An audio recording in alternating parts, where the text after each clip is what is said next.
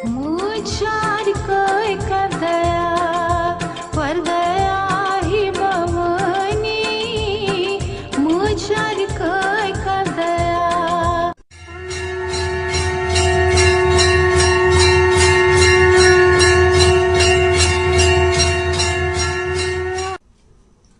नमस्कार मित्रों, स्वागत है आपका हमारे चैनल प्रारंभ में।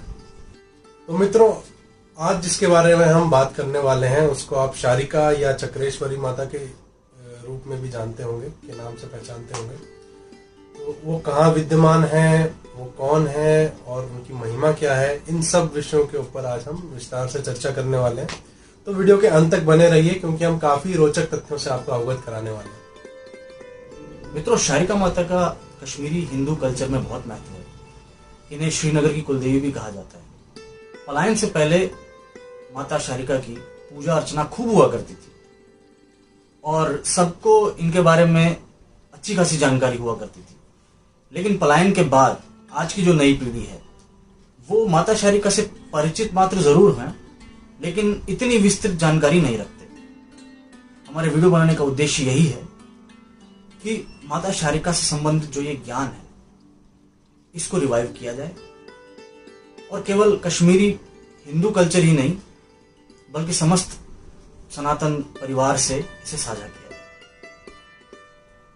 मित्रों, क्योंकि हमारी पीढ़ी के लोग कश्मीर से काफी समय के लिए काफी दूर रहे हैं और उसके कारण कश्मीर की जो धार्मिक पद्धतियां और रीतियां थी उनसे भी वो वंचित रहे हैं और जहाँ पे भी वो अभी बस गए हैं वहीं के स्थानीय जो संस्कृति है या धार्मिक तत्व हैं उन्हीं को अपनाने लग गए हैं। कश्मीर के देवी और देवताओं के साथ उनका जुड़ाव काफी कम हो चुका है। तो इस अंक में हम शारिका माता के ऐतिहासिक एवं पौराणिक पहलू को उजागर करने वाले हैं और उनसे संबंधित जो भी तथ्य हैं वो भी आपके साथ साझा करने वाले हैं। तो कृपया वीडियो के अंत तक बने रहिए। तो मित्रों, शुरू करते हैं लेके माँ शारिका का नाम। जय माँ शारिका। जय माँ शारिका। मित्रों, माँ शारिका का धाम कश्मीर के श्रीनगर में हारी पर्वत के पश्चिमी मुख के मध्य में स्थित है। माता शारिका यहाँ पे एक श्री चक्र के रूप में विद्यमान है, इसलिए उन्हें चक्रेश्वरी भी कहते हैं। इन्हें अष्टादश भुजिया भी कहते हैं क्योंकि इनकी 18 भुजाएं हैं और माता शारिका को त्रिपुरा सुंदरी के नाम से भी जाना जाता है। दोस्तों, वहां पे एक शिला है जो सिंदूर से लिपी हुई है तथा पुष्पों और चांदी के वर्क से सुसज्जित है। ये शिला बहुत ही महत्वपूर्ण है क्योंकि इसी पे वो श्री चक्र उत्कीर्ण किया गया है और लोकप्रिय मान्यता ये है कि वो श्री चक्र जो है स्वयंभू है, यानी कि खुद ही उपजा हुआ है। माता की पूजा वहां पे इसी रूप में की जाती है। वहां पे माता की कोई मूर्ति उपस्थित नहीं है और उस शिला पर रुद्र यमला तंत्र का भी एक श्लोक अंकित किया हुआ है। मित्रों, पलायन से पहले लोगों का ये नित्य कर्म हुआ करता था कि वे प्रतिदिन जाकर हारी पर्वत के ऊपर चढ़कर माता के दर्शन किया करते थे। वे लोग परम पूज्य जगत गुरु श्री आदि शंकराचार्य जी की निर्मित सौंदर्य लाहिरी के अतिरिक्त पंचस्तव एवं दुर्गा सप्तशी का भी जाप किया करते थे और परिक्रमा करते वक्त संपूर्ण शारिका महात्म्य का भी चारण जाप किया करते थे। परिक्रमा शुरू होती है गणेशों से, जो गणेश जी का स्थान है। उसके बाद 2 रास्तों से परिक्रमा कर सकते हैं, एक तलहटी से और दूसरा किले की दीवार से, जिसे कलाई भी कहते हैं। अपने हिसाब से लोग चूज कर लेते हैं कि कौन से रास्ते से जाना है। अगला स्थान आता है सप्तऋषि स्थापना, जिसे सतरश भी कहा जाता है। वहाँ एक बहुत बड़ी शिला है और एक चिनार का पेड़ भी है। वहाँ पे लोग चावल के दाने फल समझकर अपने सौभाग्य के लिए उठाते हैं। उसके बाद काली मंदिर आता है, जिसे सिद्धपीठ के नाम से भी जाना जाता है। उसके बाद एक काफी बड़ी खुली जगह आती है जिसे देवी आंगन कहते हैं। यह ध्यान और आराधना के लिए बहुत ही महत्वपूर्ण स्थान है। यहाँ पे दोनों रूट्स या दोनों रास्ते मिल जाते हैं। उसके बाद हरि की स्थापना आती है और यह भी एक शिला के रूप में है जो कि पर्वत के उत्तर पूर्वी दिशा में स्थित है। फिर वहां से महालक्ष्मी स्थापना, जो हरि स्थापना से थोड़ी ऊंचाई पे है, आता है। महालक्ष्मी स्थापना के अपोजिट में एक कृष्ण मंदिर भी है। उसके बाद वामदेव का स्थान आता है जो कि माता रागिनी के भैरव है। फिर माता रागिनी का स्थान आता है और एक हनुमान मंदिर भी आता है जो कि इस परिक्रमा का अंतिम स्टॉप है। परिक्रमा समाप्त होती है, काठी दरवाजा खुलता है। फागुन शुक्ल पक्ष सप्तमी, फागुन कृष्ण पक्ष अष्टमी जिसे हुर्रठम भी कहते हैं कश्मीरी में, आषाढ़ शुक्ल पक्ष सप्तमी, अष्टमी और नवमी तथा नवरे यानी कि चैत्र शुक्ल पक्ष प्रतिपाद जो कि कश्मीरी नववर्ष होता है। इन दिनों माता की विशेष पूजा होती है और लोग तहर जो कि हल्दी चावल या पीले चावल होते हैं वो बना के वहां लेके जाते हैं और भजन कीर्तन करते हैं। मित्रों, तो चलिए थोड़ा हम इतिहास और पुराणों पर भी प्रकाश डालते हैं। आपने नीलमत पुराण का नाम तो सुना ही होगा, जो कि कश्मीर के इतिहास के ऊपर सबसे प्राचीनतम ग्रंथ माना जाता है। उसमें भी शारिका माता का उल्लेख है। यदि आप श्लोक नंबर 1051, 52 और 53 में देखें नीलमत पुराण के, तो वहाँ पे आपको चक्रेश्वरी के अतिरिक्त और भी देवियों का वर्णन मिलेगा। इसमें ऐसा कहा गया है कि माता चक्रेश्वरी के दर्शन करने से हर मनोकामना पूरी होती है। और जैसा कि हम जानते हैं कि माता शारिका जो है चक्र रूप में पूजी जाती है और उनका दूसरा नाम भी चक्रेश्वरी ही है। ये इनका प्राचीनतम उल्लेख हमें मिलता है नीलमत पुराण से। इसका दूसरा उल्लेख हमें मिलता है कलन पंडित द्वारा रचित राजतिरंगिनी के पुस्तक तृतीय के श्लोक 354 में। राजतिरंगिनी, जैसा कि आप जानते हैं, कश्मीर के राजकुलों का एक बहुत ही विस्तृत इतिहास है। राजतिरंगिनी के अनुसार 6ठी शताब्दी में राजा परवर सेन द्वितीय, जो कि गोनंदा वंश के थे और मेघवाहन के पुत्र थे, उन्होंने श्री चक्र शिला को स्थापित किया। इससे पहले अशोका ने श्रीनगर की स्थापना की थी और इसका नाम गिरिनगरी रखा था। लेकिन बाद में जब परवर सेन द्वितीय ने फिर से इसकी स्थापना की और इसे अपना राजधानी बनाया तो उसने इसका नाम परवरपुरा रख दिया। लेकिन जब यहाँ पे श्री चक्र की स्थापना हुई उसके बाद से इस शहर का नाम श्रीनगर पड़ गया। तो मतलब शारिका माता के ऊपर ही श्रीनगर का नाम पड़ा है। बिल्कुल, इसीलिए तो उन्हें श्रीनगर की कुलदेवी कहा था। अच्छा, कश्मीर के इतिहास के ऊपर लिखे हुए कुछ आर्टिकल से हमें यह भी पता चलता है कि 12वीं शताब्दी में राजा जय सिंह ने शारिका माता की एक धातु की मूर्ति भी स्थापित की थी। किंतु 12वीं शताब्दी में ही राजा वंती देव के काल में एक सामंत जिसका कि नाम उग्रदेव था, वो उस मूर्ति को वहां से लेकर किश्तवाड़ पे स्थापित कर दी उसने। और वो जो जगह आज है वो सरथल देवी माता के नाम से मशहूर है। इसके अलावा शारिका महात्म्य की एक कहानी में भी इसका एक उल्लेख मिलता है। माता ने शारिका का रूप लिया था। शारिका एक मैना को कहते हैं जिसे कश्मीरी में हर भी कहते हैं। उन्होंने अपने चोंच में एक कंकर दबा लिया और उसको नीचे गिरा दिया। नीचे गिरते गिरते कंकर बड़ा होता गया और एक बहुत बड़ी शिला का रूप ले लिया और इस शिला से दबकर जलदबल नामक राक्षस का संहार हुआ।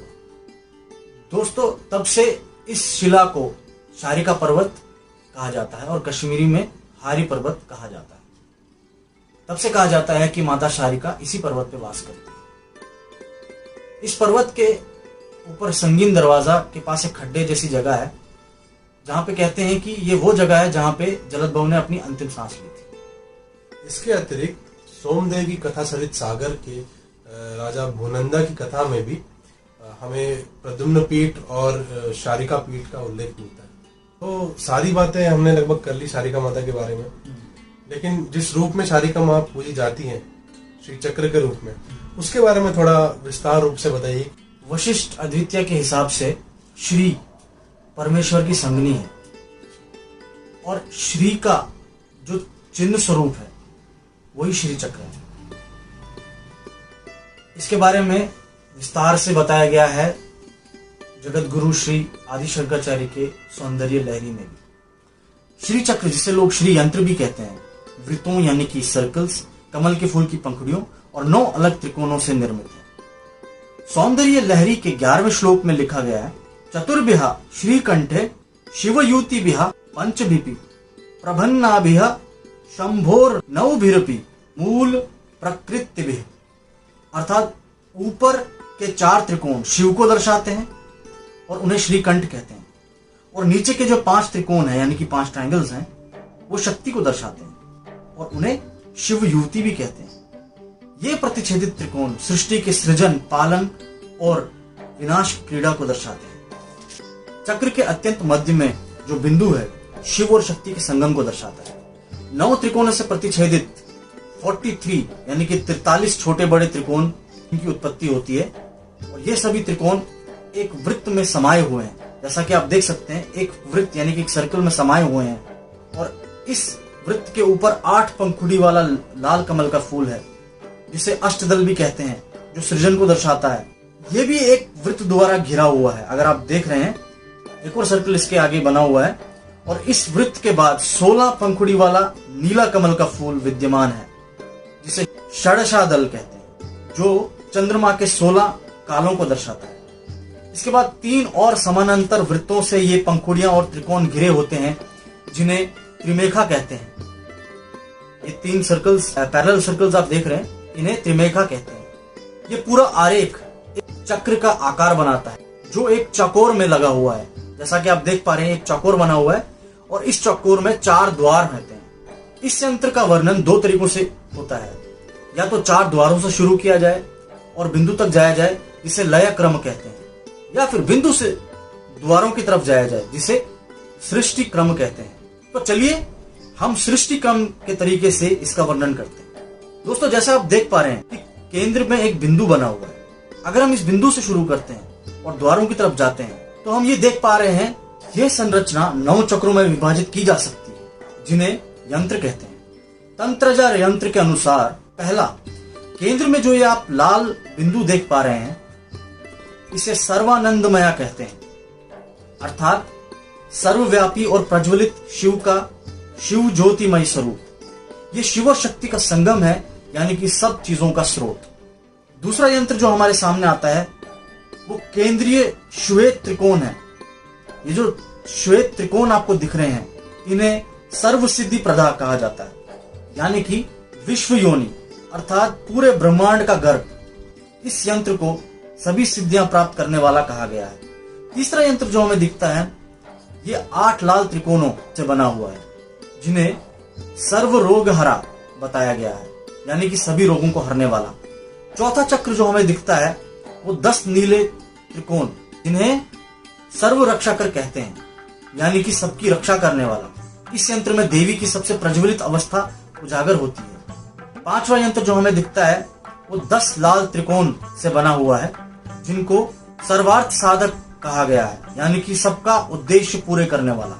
इस यंत्र में देवी वैश्व शक्ति के रूप में होती है, जो विश्व पालन का कार्य करती है। छठा यंत्र जो है, वो 14 नीले त्रिकोणों से बना हुआ है, जिनको सर्व सौभाग्यदायक कहा गया है, यानी कि सबका मंगल करने वाला। इस यंत्र को तुर्यामया भी कहते हैं। सातवां चक्र जो आप देख सकते हैं, 8 लाल पंखुड़ी वाला कमल का फूल, इसको सर्व संशोभन कहा जाता है। इस यंत्र को अष्टदल भी कहा जाता है, जो सृजन को दर्शाते हैं। 8वां चक्र जो है, वो 16 नीली पंखुड़ियों वाला कमल का फूल है, जिसको सर्व परिपूरक कहा जाता है। ये यंत्र चंद्रमा, सितारों, ग्रहों तथा राशियों को दर्शाता है। 9वां चक्र जो है, जो यह पीला रिक्त स्थान देख रहे हैं, इससे बनता है, जिसको त्रिलोक के मोहन कहा जाता है, यानी कि तीनों लोगों को मोहित करने वाला। यह यंत्र समस्त पृथ्वी को दर्शाता है।